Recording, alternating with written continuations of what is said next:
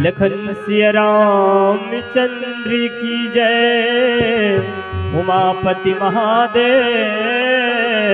की जय,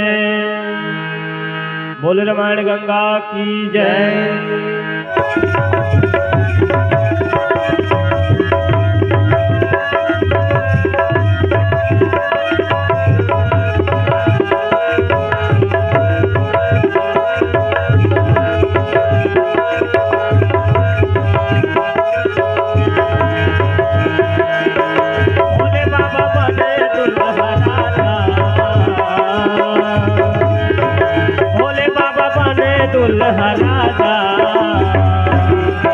चलते खेला जाबो गौरी बिहार, खेला जाबो गौरी बिहार, खेला जाबो गौरी बिहार। भोले बाबा बने दुल्हा राजा, भोले बाबा बने दुल्हा राजा, खेला जाबो गौरी बिहार, खेला जाबो गौरी बिहार, खेला जाबो गौरी बिहार। भोले बाबा बने दुल्हा राजा, भोले बाबा बने दुल्हा राजा, खेला जाबो गौरी बिहार, खेला जाबो गौरी बिहार, खेला जाबो गौरी बिहार।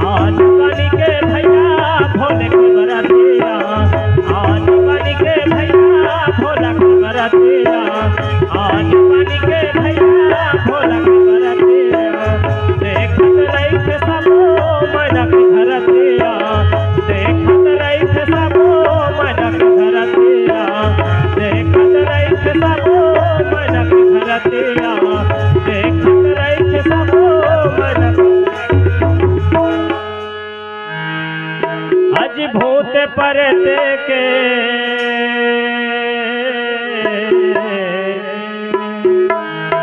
औ बरतिया,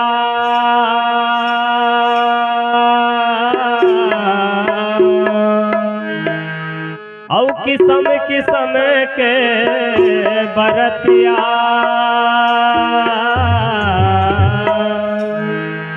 चलते खेला जाबो गौरी बिहार, खेला जाबो गौरी बिहार, खेला जाबो गौरी बिहार।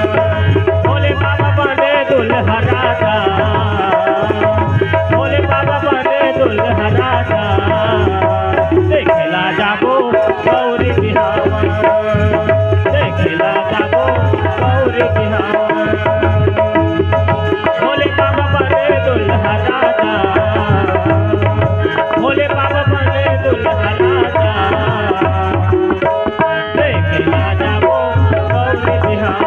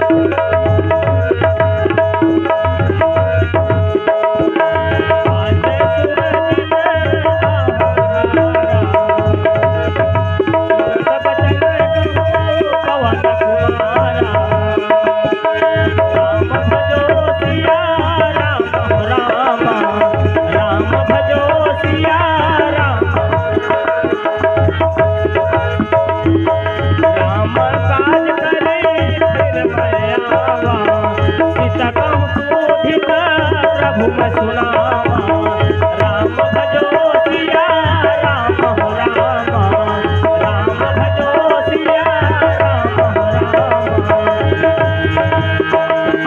पानी पानी के भैया भोले के बरतिया देखत रहित सबो मन के घरतिया पानी पानी के भैया भोले के बरतिया देखत रहित सबो मन के घरतिया अज भूत परते के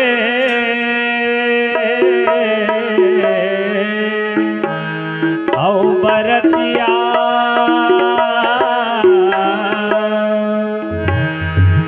चल दिखेला जाबो गौरी बिहावन दिखेला जाबो गौरी बिहावन बोले बाबा बने दुल्हा राजा